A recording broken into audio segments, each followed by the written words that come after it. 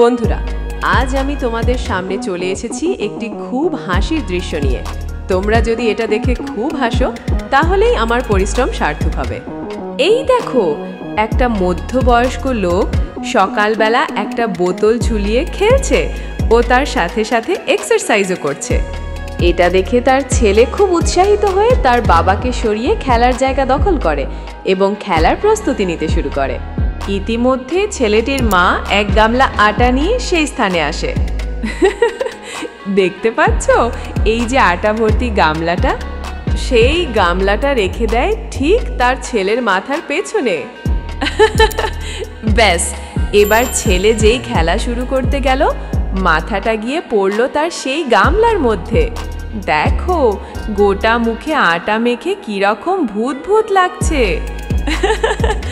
কি বন্ধুরা, তোমরা হাসছো তো? এই ভিডিওটা কেমন লাগলো কমেন্টের মাধ্যমে অবশ্যই জানাবে কিন্তু।